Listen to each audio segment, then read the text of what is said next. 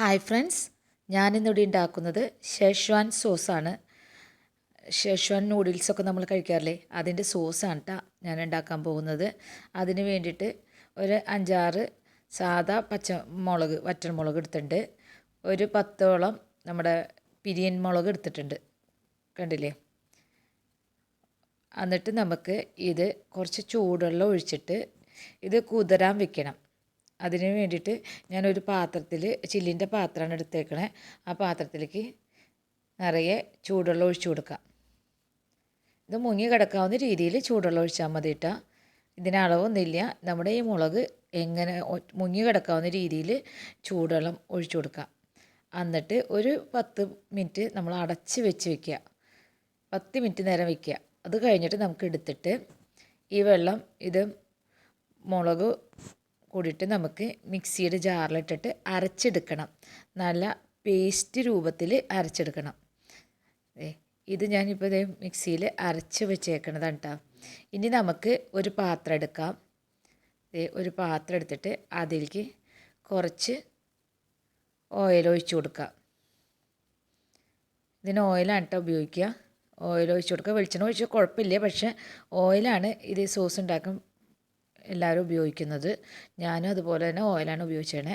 ഇതിലേക്ക് ഇഞ്ചി ചെറുതായിട്ട് കുരുകുരുന്ന് അരിഞ്ഞതാണ് ഇട്ട് കൊടുത്തേക്കണത്.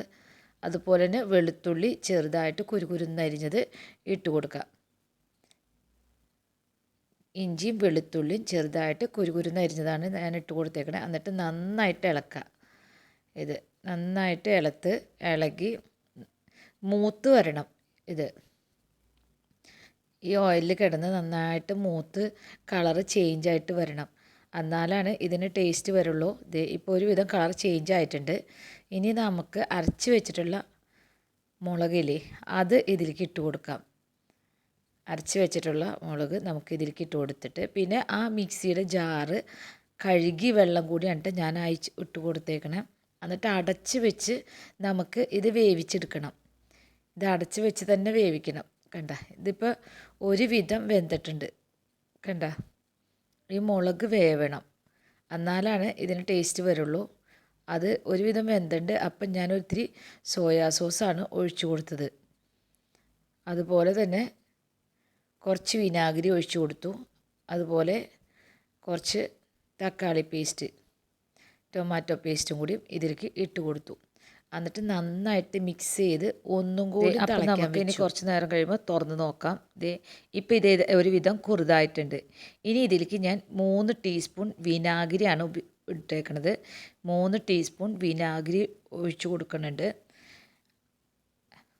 അതുപോലെ തന്നെ ഇതിലേക്ക് 1 ടീസ്പൂൺ പഞ്ചസാരയും പാകത്തിന് ഉപ്പും ചേർക്കുന്നുണ്ട്. 1 ടീസ്പൂൺ പഞ്ചസാരയും പാകത്തിന് ഉപ്പുമാണ് ഞാൻ ചേർത്തിരിക്കുന്നത്. ഇപ്പോൾ ഇതൊരുവിധം കുറുതായിട്ടുണ്ട്, കണ്ടില്ലേ. ഒരുവിധം കുറുതായി വറ്റി. ഇനി ഇരുന്ന് കുറുതായിക്കോളും. ഇത്രയ്ക്കും മതി. അപ്പം നമ്മുടെ ഷെഷ്വാൻ സോസ് ഒരുവിധം റെഡി ആയിട്ടുണ്ട്. ഇനി നമുക്ക് ഓഫ് ചെയ്ത് ചൂടാറുമ്പോൾ ഇത് കുറുതായി കിട്ടും. ഇപ്പം നമ്മുടെ ഷെഷ്വാൻ സോസ് റെഡി ആയിട്ടുണ്ട്. ഈ സോസ് ഉപയോഗിച്ചിട്ടാണ് ഷെഷ്വാൻ നൂഡിൽസും ഷെഷ്വാൻ ഫ്രൈഡ് റൈസൊക്കെ ഉണ്ടാക്കുന്നത്. എല്ലാവരും ഉണ്ടാക്കി നോക്കണം.